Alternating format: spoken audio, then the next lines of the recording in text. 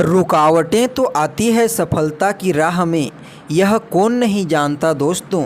लेकिन सफलता वही प्राप्त करता है जो कभी हार नहीं मानता, कभी हार नहीं मानता। नमस्कार दोस्तों, मैं ज्योतिष आचार्य वासुदेव मिश्रा आप सभी दर्शकों का अपने YouTube चैनल सत्य सनातन धर्म में हार्दिक अभिनंदन करता हूं। दोस्तों, आज का यह जो ज्योतिष का कार्यक्रम है, यह वृषभ राशि वाले जातकों के लिए यानी कि आप लोगों के लिए बेहद ही खास और महत्वपूर्ण रहने वाला है।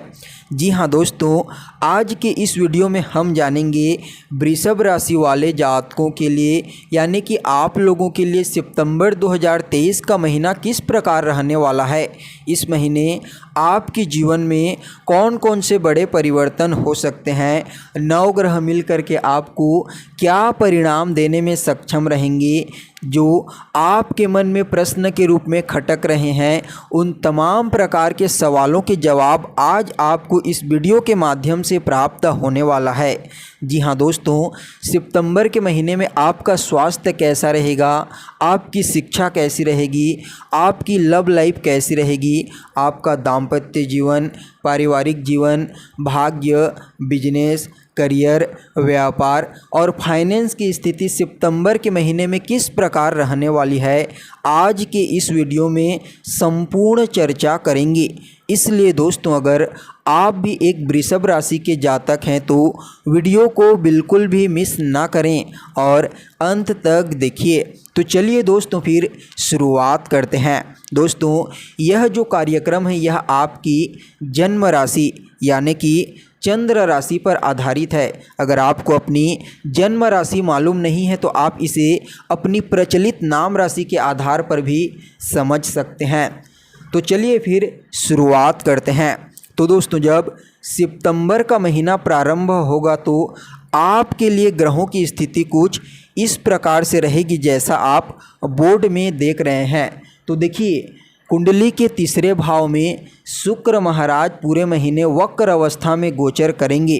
तो वहीं कुंडली के चतुर्थ भाव में सूर्य के साथ बुधादित्य नामक राजयोग बना करके गोचर करेंगे।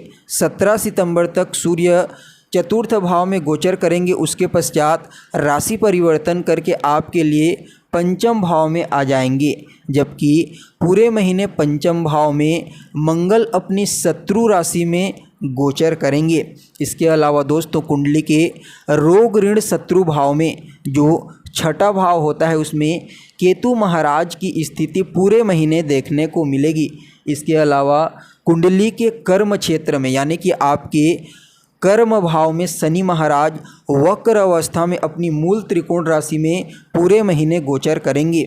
इसके अलावा कुंडली के द्वादश भाव में जो आपके खर्चे को इंडिकेट करता है वहाँ पर देवगुरु बृहस्पति के साथ राहु महाराज चांडाल दोष का निर्माण करके पूरे महीने गोचर करेंगे। तो दोस्तों, यह तो हो गई आपके लिए ग्रहों की स्थिति। अब चलिए जान लेते हैं यह ग्रह मिल कर के आपको किस प्रकार परिणाम देने में सक्षम रहेंगे। तो सबसे पहली और महत्वपूर्ण भविष्यवाणी है दोस्तों आपके स्वास्थ्य को लेकर के। तो देखिए, यह होता है लग्न आपका इम्यूनिटी सिस्टम, आपका स्वास्थ्य, और लग्न के अधिपति बनते हैं शुक्र महाराज। कहाँ गोचर कर रहे हैं तो तीसरे भाव में, और तीसरा भाव जो होता है वह उतना अच्छा नहीं कहा जाता। क्योंकि यह जो भाव होता है यह आपके पराक्रम का होता है, आपके साहस का होता है, आपके हार्ड वर्क का होता है, एफर्ट का होता है, मेहनत का होता है, भाग दौड़ का होता है, थकान का होता है।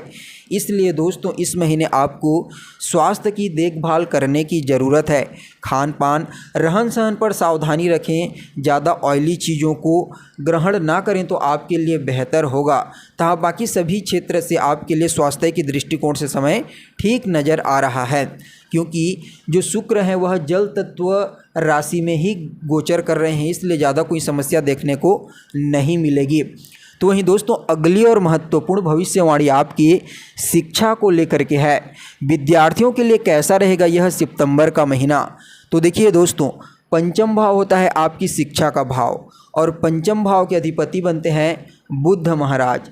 चतुर्थ भाव में अपने पिता के घर में पूरे महीने गोचर करेंगे, और पंचम भाव में मंगल की स्थिति पूरे महीने देखने को मिलेगी। तो ऐसे में बुध की स्थिति तो चतुर्थ भाव में बढ़िया और बेहतर दिखाई दे रही है, लेकिन जो मंगल है वह कभी कभी इस महीने में, पूरा हमेशा तो नहीं, लेकिन बीच बीच में आपके माइंड को डिस्टर्ब करने का प्रयास करेंगे, आपके मन को भटकाने का कार्य करेंगे। जी हाँ, डाइवर्ट अवश्य करेंगे। और ख़ास करके किन चीज़ों में, तो लग्न के जो अधिपति हैं वह आपके तीसरे भाव में जाकर के गोचर कर रहे हैं।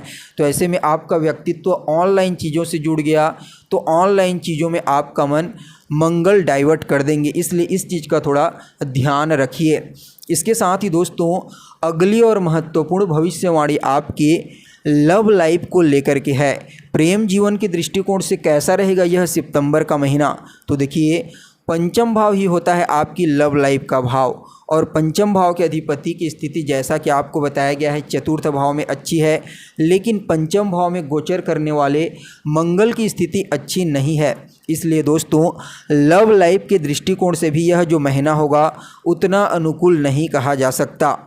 आपके बीच में जो भी बॉन्डिंग है उसमें थोड़ी कमजोरी देखने को मिल सकती है। मंगल जो होते हैं वह एग्रेशन के कारक ग्रह होते हैं, आपके जो एनर्जी होते हैं उसके कारक ग्रह होते हैं, इसलिए एग्रेशन के कारण संबंधों में कमजोरी देखने को मिल सकती है। लेकिन यहाँ पर जो शुक्र की स्थिति है वह आपके पराक्रम भाव में है, तो यह थोड़ा सा कॉम्बिनेशन को बेहतर बनाने का कार्य कर सकता है, लेकिन जैसा आप सोच रहे हैं वैसा बिल्कुल भी नहीं होगा। तो वहीं दोस्तों, अगली और महत्वपूर्ण भविष्यवाणी के बारे में बात की जाए तो वह आपके दाम्पत्य जीवन को लेकर के है, पारिवारिक जीवन को, वैवाहिक जीवन को लेकर के है। देखिए, सप्तम भाव होता है आपके वैवाहिक जीवन का भाव, और सप्तम भाव के अधिपति बनते हैं मंगल महाराज। पंचम भाव में, त्रिकोण भाव में शत्रु की राशि में पूरे महीने गोचर करेंगे, और यहाँ पर किसी भी प्रकार से अन्य ग्रहों की दृष्टि देखिए तो शनि महाराज की दशम दृष्टि पड़ रही है। तो ऐसे में दोस्तों, दाम्पत्य जीवन के दृष्टिकोण से भी महीना उतना अनुकूल नहीं कहा जा सकता, लेकिन आपके जीवन साथी के करियर में कोई बड़ा सकारात्मक परिवर्तन आ सकता है। इसके पीछे कारण समझिए, इसको देखिए, राहु और गुरु, यही कारण है आपके जीवन साथी के करियर में बदलाव लाने के। इसके अलावा आपका जो एक्सपेक्टेशन है आपके जीवन साथी के प्रति वह पूरा नहीं हो पाएगा, इसलिए थोड़ा आपको ज़्यादा भावुक होने से बचना चाहिए। इसके साथ ही अगर आप हर चीज़ को मैनेज करके चलेंगे तो निश्चित रूप से आपके लिए यह महीना दाम्पत्य के दृष्टिकोण से एवरेज ठीक ठाक रहेगा। तो वहीं दोस्तों, अगली और महत्वपूर्ण भविष्यवाणी आपके भाग्य को लेकर के है। तो देखिए, नवम भाव होता है आपके भाग्य का भाव, और नवम भाव के अधिपति बनते हैं शनि महाराज। कर्म भाव में पूरे महीने अपनी ही मूल त्रिकोण राशि में वक्र अवस्था में गोचर करेंगे। तो यह तो स्पष्ट रूप से दिखाई दे रहा है कि भाग्य के दृष्टिकोण से महीना बहुत ही अच्छा रहने वाला है, क्योंकि त्रिकोण के अधिपति बन करके केंद्र में शनिदेव गोचर कर रहे हैं। तो ऐसे में केंद्र त्रिकोण राजयोग का निर्माण करेंगे। इसके अलावा आपके लिए सस नामक महापुरुष योग का भी निर्माण किए हुए हैं।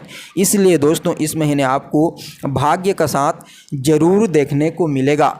अब जो भी चीज़ें भाग्य से संबंधित करना चाहते हैं कर लीजिए, जैसे कोई नया व्यापार शुरू करना चाहते हैं, कोई पार्टनरशिप में काम शुरू करना चाहते हैं, किसी बड़े प्रोजेक्ट की शुरुआत करना चाहते हैं, आप कोई शिक्षा में बड़ा एडमिशन लेना चाहते हैं, विदेश जाना चाहते हैं, कोई धार्मिक कार्यक्रम करना चाहते हैं, कुछ भी कोई बड़ा चीज़ करना चाहते हैं तो कर लीजिए, आपको भाग्य का साथ जरूर देखने को मिलेगा। तो दोस्तों, अगली और महत्वपूर्ण भविष्यवाणी आपके करियर को लेकर के है। करियर के दृष्टिकोण से कैसा रहेगा यह महीना? तो देखिए, आपका दसम भाव होता है कर्म का भाव, और दसम भाव के अधिपति कौन बनते हैं? तो खुद कर्म के अधिपति शनि महाराज, और पूरे महीने वक्र अवस्था में कर्म क्षेत्र में ही गोचर करेंगे। तो आंख मूंद लीजिए, कर्म क्षेत्र के दृष्टिकोण से भी यह जो महीना है आपके लिए किसी स्वर्णिम काल से कम नहीं होगा।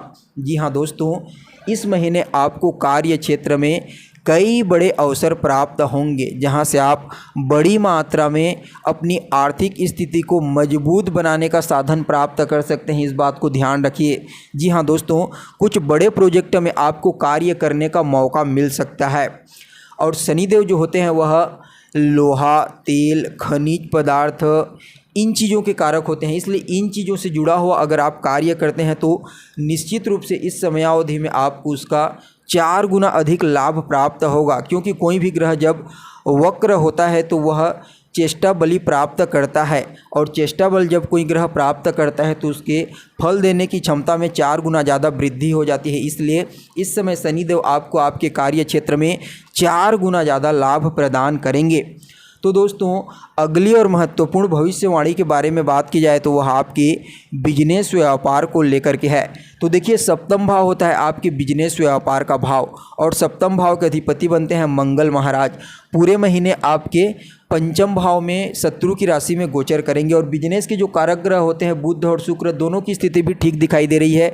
बुध केंद्र में पूरे महीने गोचर करेंगे और शुक्र पराक्रम भाव में गोचर करेंगे।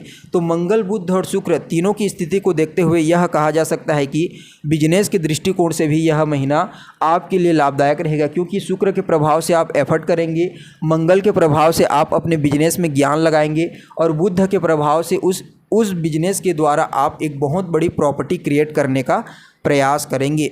तो कुल मिलाकर के देखा जाए तो बिजनेस के दृष्टिकोण से यह महीना अत्यंत ही श्रेष्ठ रहने वाला है। तो दोस्तों, यह तो हो गई आपकी चंद्र राशि के आधार पर सामान्य ग्रह गोचर फल। हमें यह बात बिल्कुल भी मालूम नहीं है कि आपकी जन्म कुंडली में ग्रहों की स्थिति कैसी है। अगर आपकी जन्म कुंडली में ग्रहों की स्थिति कमज़ोर हुई तो जो चीज़ें आपको पॉजिटिव रूप में बताई गई है उनमें कमी देखने को मिल सकती है, या अगर आपकी जन्म कुंडली में ग्रहों की स्थिति बलवान हुई तो निश्चित हो जाइए जो चीज़ें आपको बताई गई है सितंबर के महीने में आपके जीवन में अकाट्य घटित होता हुआ आपको प्रतीत होगा। अब चलिए जान लेते हैं इस महीने को बेहतर बनाने के लिए आपको क्या करना चाहिए। तो सबसे पहले तो लग्न के अधिपति शुक्र के बीज मंत्र का नियमित रूप से 108 बार उच्चारण करें। इसके साथ ही बुध के बीज मंत्र का 108 बार उच्चारण करें, और शनिदेव के बीज मंत्र का सूर्यास्त के पश्चात 108 बार एक दीपक जला करके सरसों के तेल का उच्चारण करें। आपको पूरे महीने यह तीनों ग्रह मिल करके अवश्य लाभ प्रदान करेंगे। तो दोस्तों, आपको जानकारी कैसी लगी कमेंट करके बताइए। फिर मिलते हैं एक नए और ताज़ा एपिसोड में, तब तक के लिए नमस्कार।